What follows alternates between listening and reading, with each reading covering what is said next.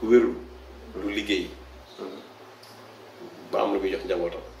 ku wérul du jaamu yàlla kon nit ki boo ko dimbalee ba mu wér di jaamu yàlla. defe naa di ci am tuyaaba. asalaamaaleykum wa rahmatullah ñuy suivre seen sama xalaat ñu ngi leen di nuyu di leen ziar di leen fàttali yéen a ngi seen programme fagaru nag comme ni ngeen ko xamee li Olof Ndiaye di wax rek fagaru moo gën faju ñu si dal professeur Ousmane Ndiaye muy borom Bogabio nekk tradipraticien nekk fële ca Kër Massar numéro téléphone am moo nekk ci suuf écran bi ngeen gis noonu muy yëngatu ci faj boo xam ni mooy faju cosaan bu sukkandiku ci ay gàncax yuy sax ci réew mi voilà.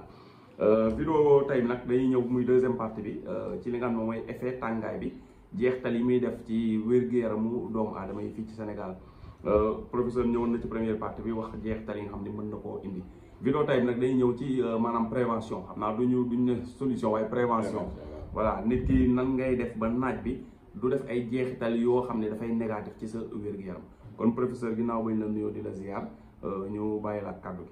salaamaaleykum wa rahmatullah sëriñ Pape maa ngi lay nuyu di la ziar di nuyu sunu mbokk internet yëpp di leen ziar ñoom it kenn ku nekk sa tur ak sa sant di leen baaluwaat ak bu baax ci erreur yi ñuy def ci communication yi peut-être parfois di ci jéggalu ndax mënta ñàkk nit matul donc prévention yi wala yi nga xamante ni xëy na ci tàngaay bi nit ki war na ko mën a jël yenn matuwaay la doomu aadama war a jël ba tàngaay bi xëy na effet yi mu waroon a def bu ñu waxoon noonu mën na nga xam ne du ko mën na am du ko def ci doomu aadama donc li ñuy njëkk a wax nag mooy bi ci njëkk mooy li ñuy wax nag connaître les symptômes des symptômes provoqués par la chaleur maanaam yi nga xamante ne naaj bi daf koy jox doomu aadama daf koy def ci moom nit ki na ko xam ba pare comme ni ñu defoon rek ci première vidéo bi lan la naaj bi mën a def ci doomu aadama bi ci lu koy lor ci wér-gu-yaram loolu moom mooy li ñu waxoon ci première vidéo bi mais loolu nit ki da war na koo xam ba pare su ko xamee ba pare nag moom mu doog a jël ay prévention boppam mais bi ci njëkk baab war na am communication la communication des autorités surtout autorités de santé yi comme ministère de la santé ak ministère am war nañu communiquer di wax ak nit ñi am information bu leen di jàllale ci tàngaay bi ak yu noonu di leen sensibiliser te loolu parfois day manqué mais ñoom ñoo ko war a def waaw santé publique waaw santé publique day des waaw di ko defee nag loolu nit ñi di ko xam exemple comme ñun li ñuy def nii c'est-à-dire ñoom ñoo ko waroon def exemple di sensibiliser nit ñi nag ay traag ay yu demee noonu nit ñi mën di xam donc bu ko defee loolu moom autorité sanitaire bi autorité bi nekk jiite lu wàllu santé bi moo ko yor donc war nañ ci mën a bay seen waar bu baax a baax bu ko defee beneen bi mooy se protéger de la chaleur nit ñi protéger wu ci naaj bi maanaam tey buy génn sol mbaxana wala mu sol kap wala mu sol loo xam ni daal naaj du tege ci digg boppam waaw du tege waaw parce que naaj boobu di tege ci digg bopp bi mooy indi yenn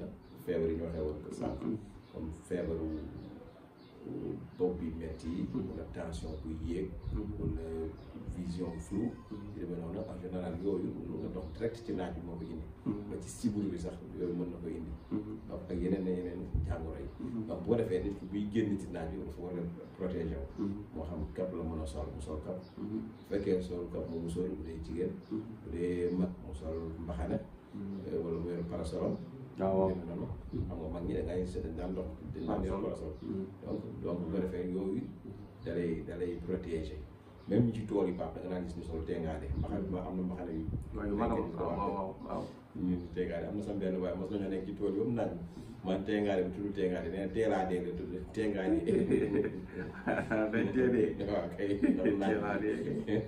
naaj ba saf de waaw kay naaj am saf ay une heure surtout yooyu donc bu ko defee nit ki dafa war a protéger wu ci chaleur boobu su ko protéger wu rek du am problème day am problème bu ko defee beneen bi mooy mu naan ndox mu bari buvez beaucoup d'eau ndox mu bëree bëri surtout par jour maanaam foofu recommandé nañ 1,5 litre au minimum ba 3 litres par jour di war na ko naan bi nag waruloo xaar bu mar parce que ñu bëri nag loolu moo seen problème dañuy xaar ba mar doo ko naan fekk yow naanoo pour faj mar mais da ngay naan pour soulager wu sa yaram mais sinon boo ko deful sa yaram laaj sa yaram nga koy jox donc bu ko defee bul xaar ba mar doo ko naan parce que su boobaa moom day jël li mu soxla woon jël la ko donc day amaat problème de réserve donc toujours yow da nga war di naan même boo marul da ngay naan foofu loolu lañ commandé il faut di am réserve waaw pour am réserve mais foofu na ñun la di nga naan 1,5 litre mooy di gën a tuuti litre ak genn wàll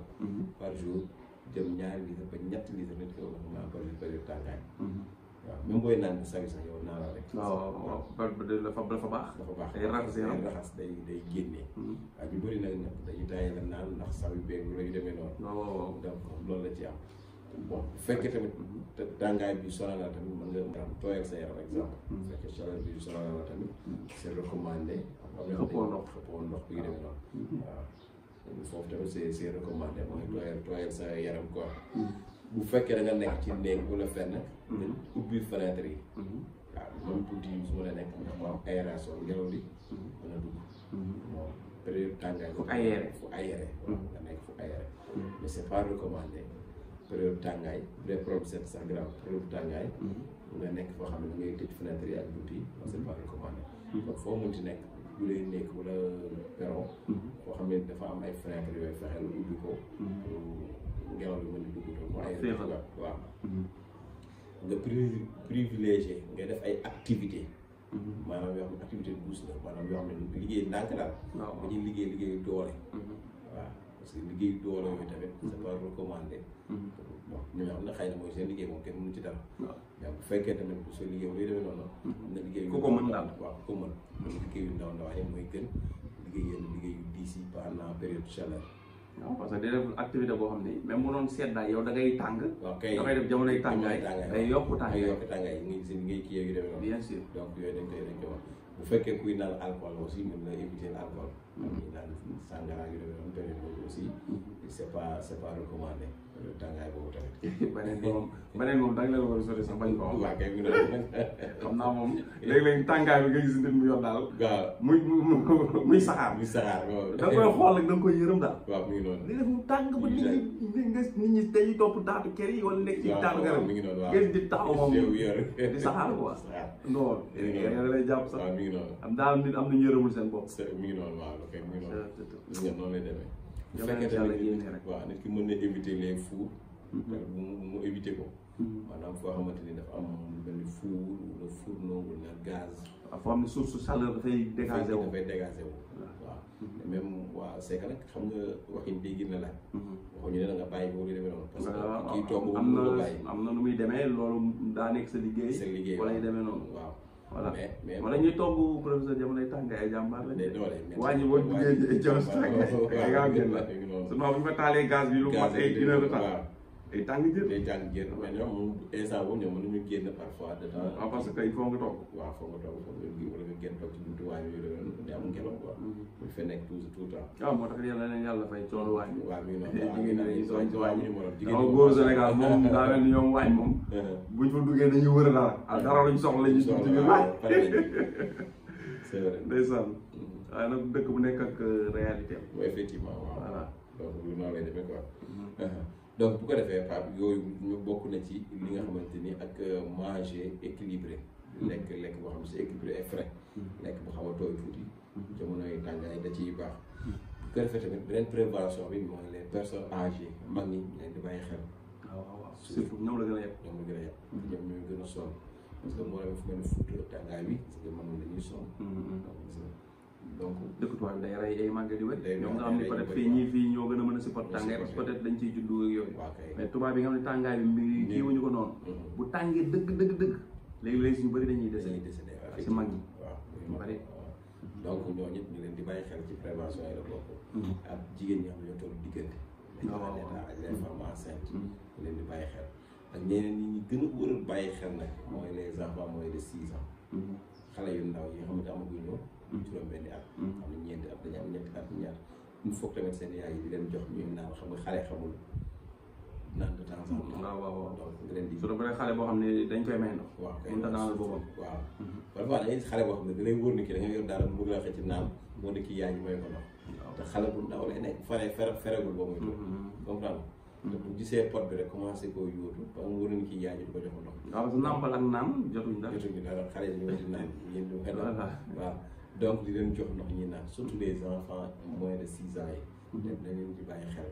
période tàngaay bi donc ñooñu ñëpp war nañ ci prévention yi dañuy bokk di def kii ay bain comme ni nga waxee woon xëppoo ndox lu bëri. waaw bu la bien de bouche bien de ci yooyu yëpp di baax na ci tamit. raxas sa gémmiñ ak ndox bi galandu de temps en temps. baax na ci tamit. donc yooyu daal mooy ay en général yi nga xam ne prévention yi nga xamante ne Pape. bon war nañ ci mën a bàyyi xel daal. loolu baax na ci parce que tamit tàngaay moom li ñu naan tàngaay boo xoolee mën naa ni safara. waaw lu tàng la. lu tàng la te safara ndox. waaw ndox mooy solution. mooy solution sax voilà moo tax bu tàngee moom di naan lu bari. dana si baax liñ ne mer safara la. nit ko meree xam nga day tàng raw day kii.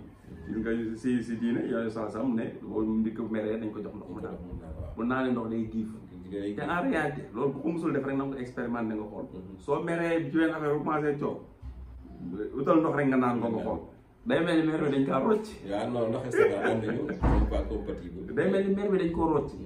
loolu moom ku ko comprendre rek essayé. waaw wala nit mer nga jox ko nga jox ko kaas ndox mu naan su naanee pare li mu doon mer day mel ni dañ kaa rocc. voilà Pape mu jox ci benn secret bu ndaw. sëriñ si ñu ci bëri ñu baal ma nag quoi parce que dañuy jàngale rek. ñu bëri ni ñuy xoolee sëy ñu diggante boo xam ànd naa ak àndandoo. maanaam bu ñu xoolee yow sa tabian. wala tabian ak ku jigéen ki. boo xam ànd naa ak ànd. bu fekkee xam nga tabian moom ñeent la. waaw mooy naari yu. turaab yu xawaat yu maa yu. léegi mooy ndox. safara. suuf. ak ngelaw. ñeenti muy éléments yi. mooy les quatre éléments. ku góor ki moom lay am ku jigéen ki moom lay am. léegi nag bu fekkee seen éléments yi dëppoo na.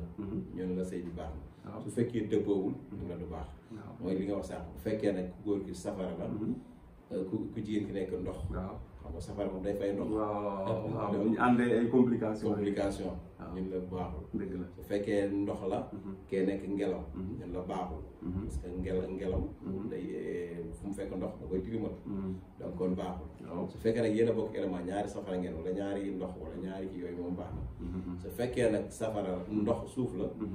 kee nekk ndox ñu ne baax na parce que xam nga ndox moom wàccee ci suuf dañuy jàppalante day indi gàncax bu baax ak yu demee noonu boobu ñu ko développé xam na waaw bu dee safara tamit moo ngelaw dañuy jàppalante waaw safara ba mu liggéey foo ngelaw dimbali waaw ngelaw li moo koy boyal moo tax nit di takk jabar daane fa réussir mais nit di takk jabar aussi daane fa daanu yooyu fekk na ci seen éléments yi mooy joué waa kay dëgg la loolu lu mën a xam la nag loolu mën a xam la tey sax d'accord incha allah kon loolu xam naa am na solo professeur bu fekkee am na loo xam ne moom nga ko bëgg a tëjee ñu tàggatoo ba lu jëm ci wàllum faj bi ba semaine prochaine boo defee vidéo bii di ñëw nag moom ñu ñëw ci li nga xamante ni jëm na ci plante de la semaine wala leneen loo xam ne jëm na ci wàllu wér-gu-yaram wala kon professeur ñu bàyyi la nga tàggatoo. waaw ni ñuy tàggatoo rek ma Pape muy ci prévention yi tamit di sol yëre bu yaatu ni nga xool dina mën a jaar sa yaram fu nekk ba nga sol yëre bu tàng donc des vêtements am bu baax na ci di sol yëre bu clair aussi ba éviter yenn couleurs yi comme couleur yu ñuul yooyu éviter ñuul ak marron waaw donc yooyu tamit mu ngi bu defee couleur yu clair yi nga utiliser di ko sol ak ay coton yu demee noonu baax na ci waaw parce que bu tàngee nga sol lu oyof ci ngay gën a fiixee nga sol lu tal waaw voilà c'est vrai boo solee lu ñuul tam da ngay gën a tàng boo solee ko par rapport ak lu weex moo gën a fiix tàngaay c'est vrai day fal couleur yi nga xamante ni couleur clair la léegi sol loo xam tamit du yaatu la beneen bi tamit mooy ci wàllu naan gi ñu waxoon ak lekk gi tamit di utiliser lu mel ni ay pastèque xaal jamono waxtaan xaal day am sax parce que ñamu tàngaay la daal tàngaay la parce que amaa leen ndox wala melon wala orange wala pamplemousse genre kii yooyu lekk yi am ndox day am ndox dafa doy da ciy baax wala citron comprendre nga wala defar say jus ay yenn genre limonade yu lay demee noonu donc yooyu yëpp da ciy baax di ko utiliser donc yooyu daal en général mooy prévention yi nga xamante ni moom baax na ci tàngaay bi daal macha allah conclusion bi am na solo ndax bu ko defee nag ñu ngi nuyu ñëpp di leen ziar bu baax.